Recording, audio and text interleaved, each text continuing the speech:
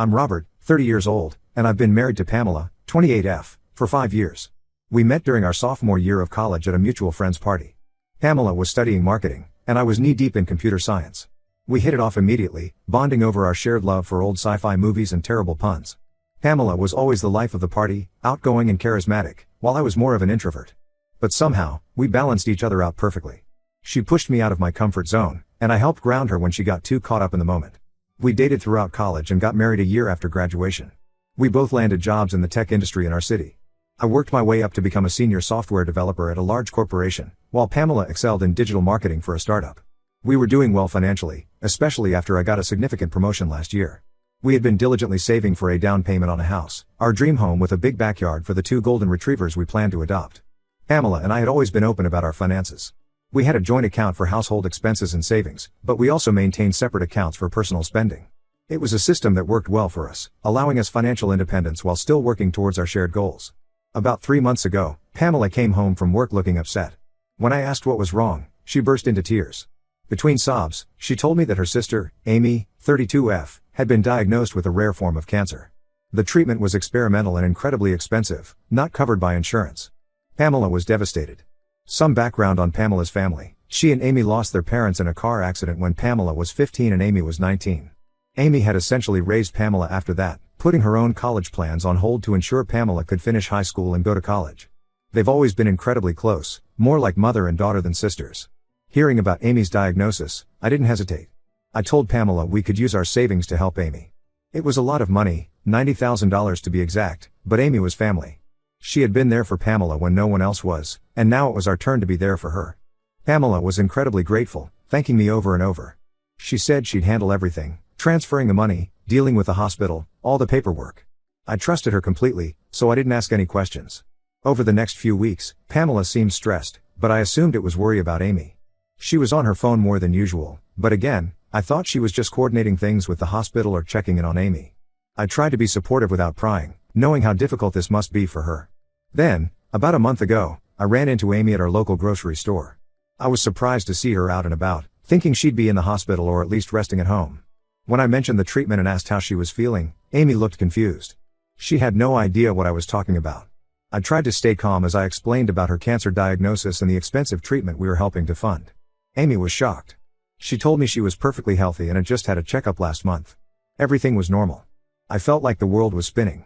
I mumbled something about a misunderstanding and rushed home, my mind racing.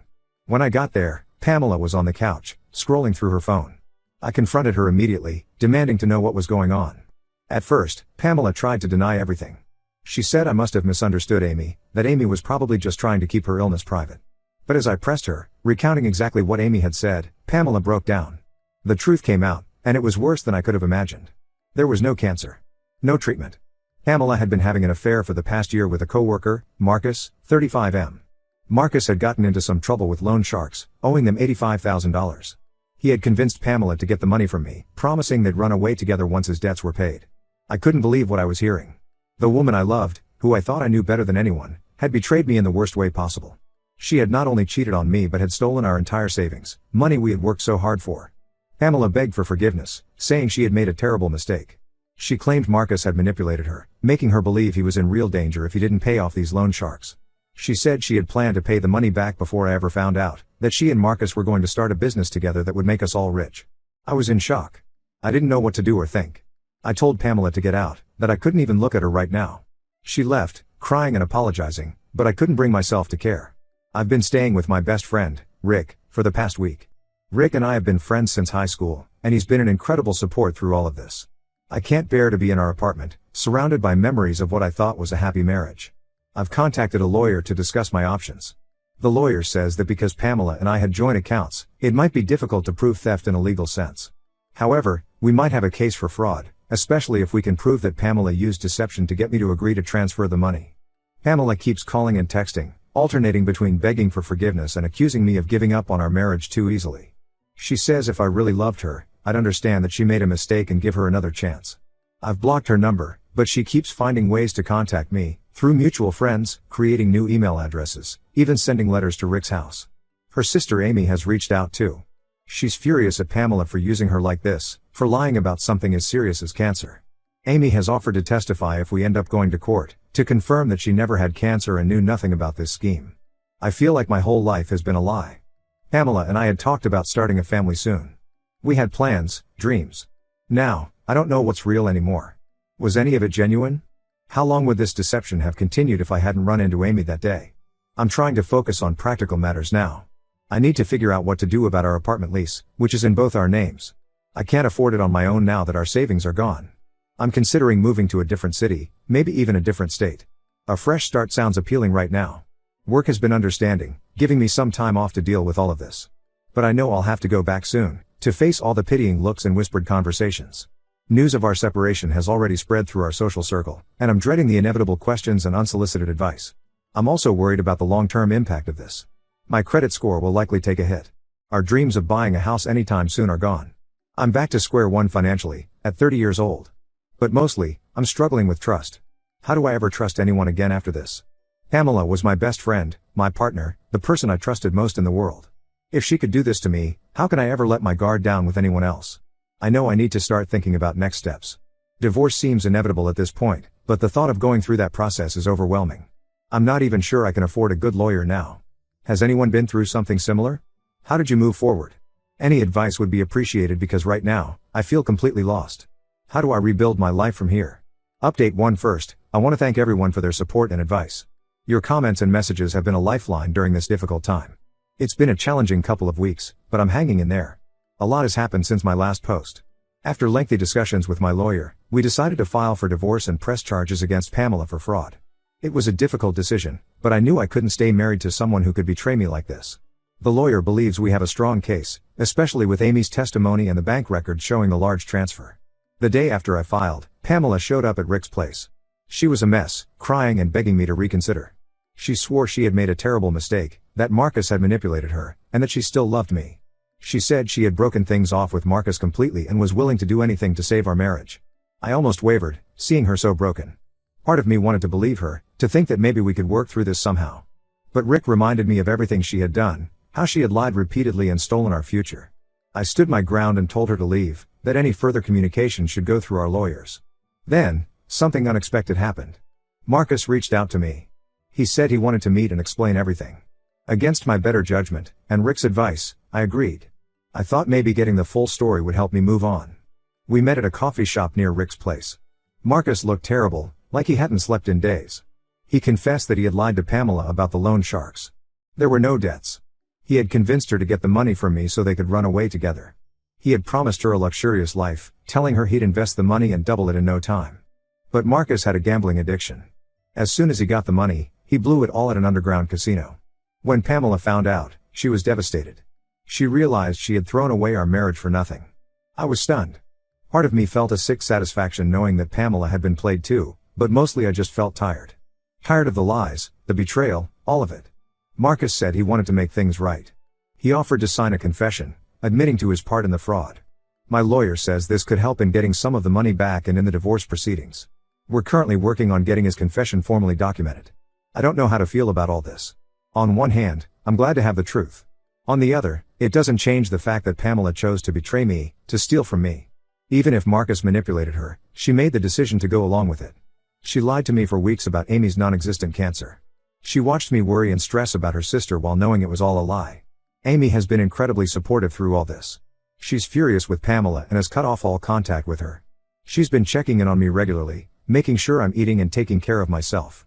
It's strange, I always thought of Amy as Pamela's sister, but now I'm realizing she's become family to me too over the years.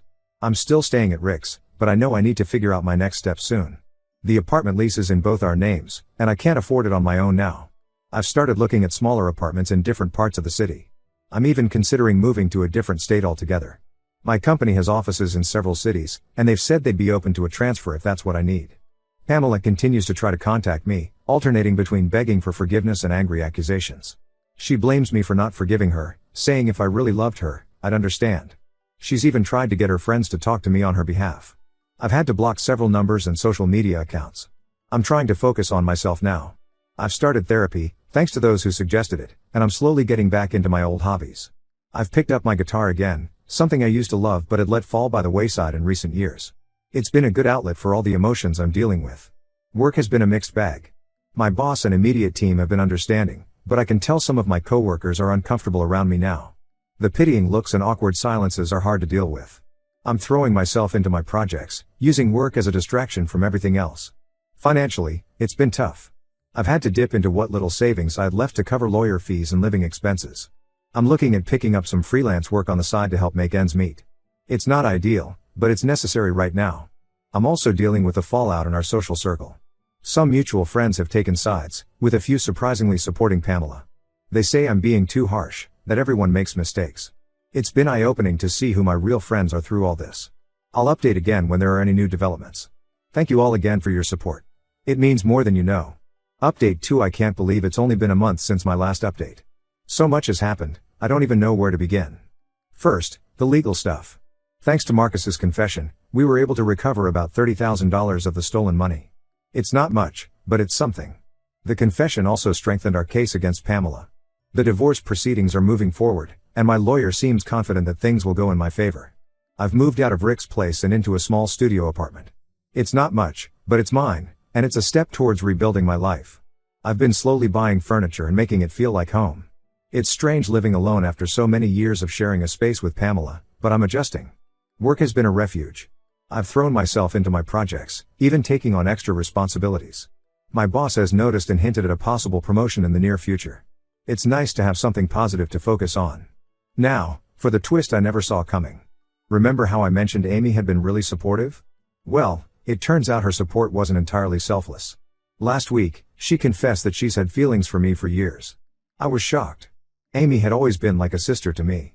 She said she never acted on her feelings out of respect for Pamela and me, but now that Pamela had betrayed us both, she couldn't keep it in anymore.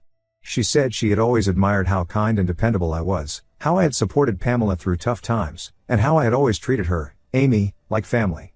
I didn't know how to respond. Amy is attractive and we've always gotten along well, but I'm still reeling from Pamela's betrayal. The last thing I need right now is more complications. Plus, the idea of dating my soon-to-be ex-wife's sister feels wrong on so many levels. I told Amy I needed time to process everything. She understood but said she'd wait for me, that she knew we could be good together. She pointed out how well we've always gotten along, how she's always been able to make me laugh even in tough times. She said she knows it's complicated, but she believes we could build something real together. As if that wasn't enough drama, Pamela found out about Amy's confession. I'm not sure how, maybe Amy told her, or maybe Pamela overheard something. Either way, she showed up at my new apartment in a rage. She accused me of having an affair with Amy all along, saying this was why I was so quick to divorce her. I tried to explain that nothing had happened between Amy and me, that I had only just found out about her feelings. But Pamela wouldn't listen. She threatened to tell everyone that I was the real cheater, that I had been sleeping with her sister behind her back for years. I lost it. After everything she had done, she had the audacity to accuse me of cheating? I told her to go ahead, that nobody would believe her lies anyway. I reminded her of all the pain she had caused, how she had stolen not just our money but our future. I told her about the nights I had spent unable to sleep, replaying every moment of our marriage, wondering if any of it had been real. Pamela broke down then. She admitted that she knew she had no right to be angry, that she was just lashing out because she couldn't bear the thought of me moving on, especially with Amy. She begged me again to give her another chance, saying she would do anything to make things right. For a moment, I almost felt sorry for her. I could see the Pamela I had fallen in love with, the woman I had thought would be by my side for the rest of my life. But then I remembered the weeks of lies, the betrayal, the theft. I told her firmly that we were over, that she needed to accept it and move on. After Pamela left, I sat down and really thought about everything. I realized I'm not ready for any kind of relationship right now, not with Amy or anyone else. I need time to heal, to figure out who I'm outside of my marriage. I need to learn to trust again, and that's not going to happen overnight. I called Amy and explained this to her. I told her I valued her friendship and support, but that I couldn't offer her anything more right now. She was disappointed but said she understood. She promised to give me space but said she'd be there if I ever changed my mind. So here I am, still piecing my life back together. The divorce should be finalized in a few months.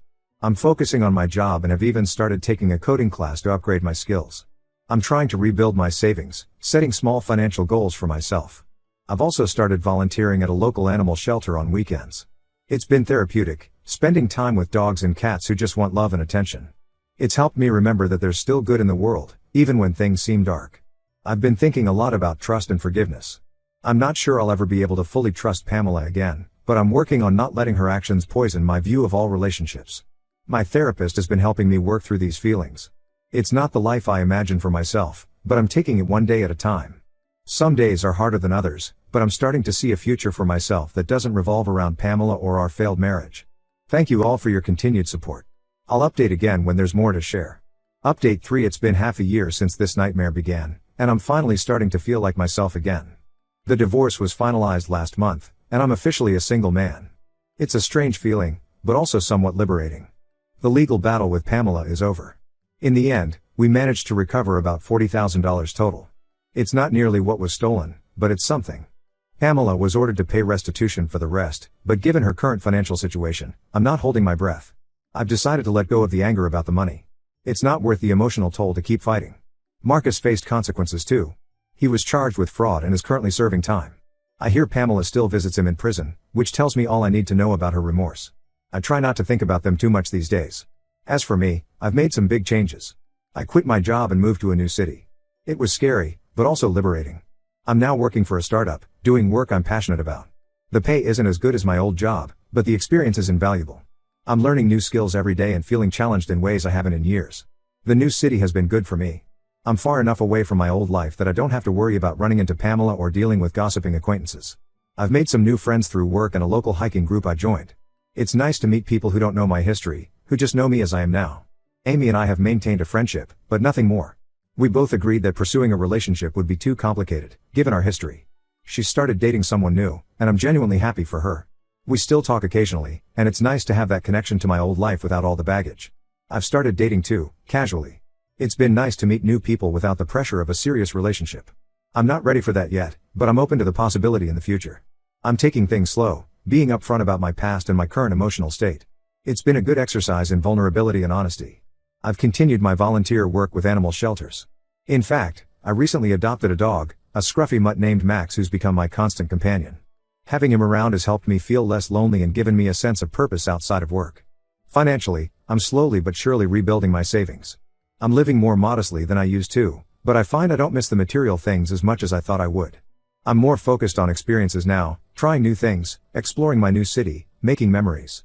Pamela still tries to contact me occasionally, usually when she's had too much to drink. She'll send long, rambling emails about how sorry she is, how much she misses me. I've stayed firm in my decision to keep her out of my life. It's not always easy, but I know it's for the best. I hope she gets the help she needs, but that's not my responsibility anymore. Looking back, I can see how naive I was. I trusted blindly, never questioning, never suspecting. It's a hard lesson, but one I needed to learn. I'm more cautious now, but I'm trying not to let this experience make me bitter or untrusting. I'm learning to balance caution with openness, to protect myself without closing myself off completely. My therapist has been a huge help through all of this. We've worked through a lot of the anger and hurt, and now we're focusing on building a positive future. I'm learning to like myself again, to trust my own judgment. I still have bad days sometimes. Days when I miss the life I thought I had, when I'm angry about the years I feel were wasted. But those days are getting fewer and farther between. More often, I'm excited about the future and the possibilities it holds. To anyone going through something similar, hang in there. It gets better. Focus on yourself, surround yourself with good people, and don't be afraid to ask for help when you need it. You're stronger than you think. Thank you all for being there through this journey. Your support and advice have been invaluable. I'm closing this chapter of my life now, looking forward to whatever comes next. Here's to new beginnings and second chances.